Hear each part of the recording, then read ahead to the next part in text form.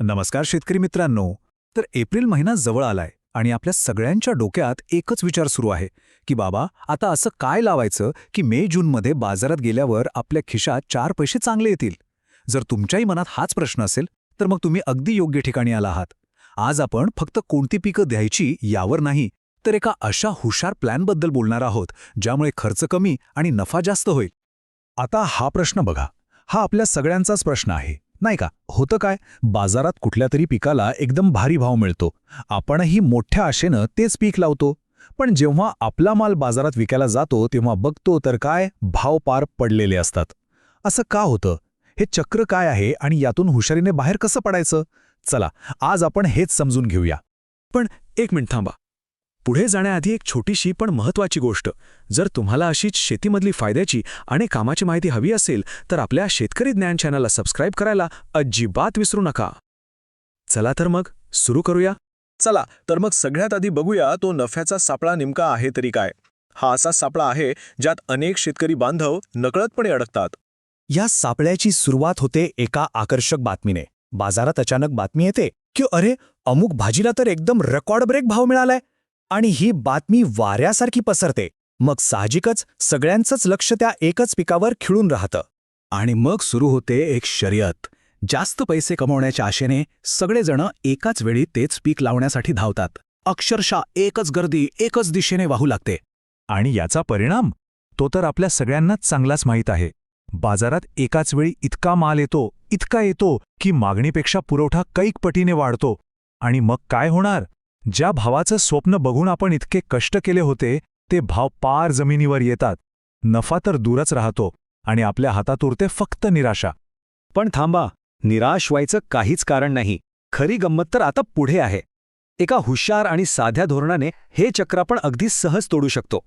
आपल्याला बाजाराच्या मागे धावायचं नाहीये, उलट बाजाराला आपल्या नियोजनावर चालायला लावायचं आहे. यालाच म्हणतात धोरणात्मक लागवड. आता सोप्या भाषेत सांगायचं झालं तर जिथे सगळे धावत आहेत त्या गर्दीत आपण जायचंच नाही. आपल्याला असा रस्ता निवडायचा आहे जिथे स्पर्धा कमी असेल. म्हणजे अशी पिकं निवडायची जी कमी शेतकरी लावतात. याचा फायदा काय? बाजारात तुमचा माल कमी असतो, त्यामुळे सामान्य दरात सुद्धा तुम्हाला जबरदस्त नफा मिळतो. चला मग आता थेट मुद्द्यावर येऊया. ही हुशार रणनीती प्रत्यक्षात कशी वापरायची?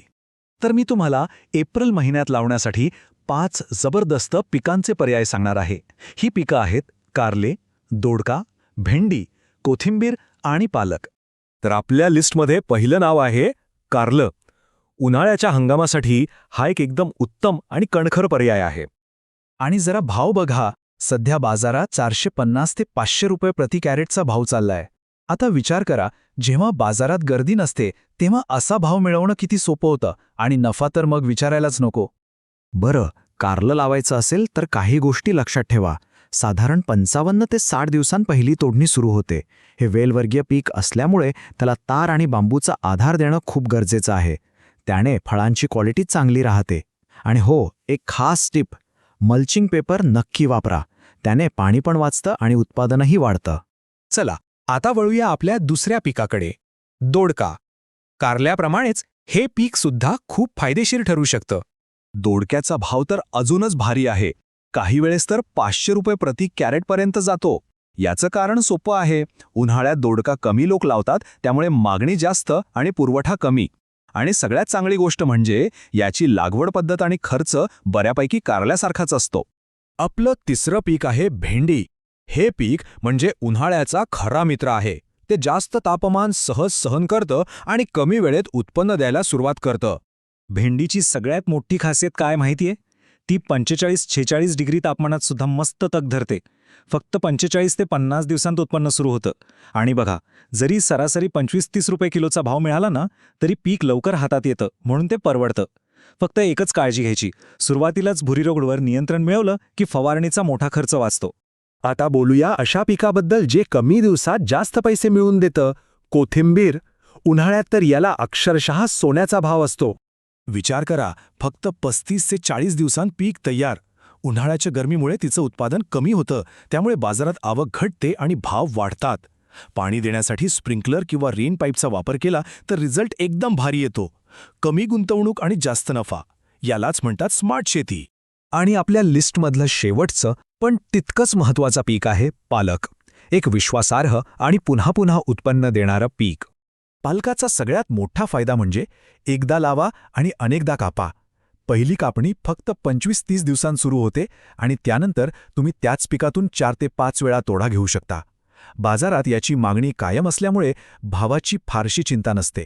म्हणजे एक प्रकारे हे रिस्क फ्री पीक आहे.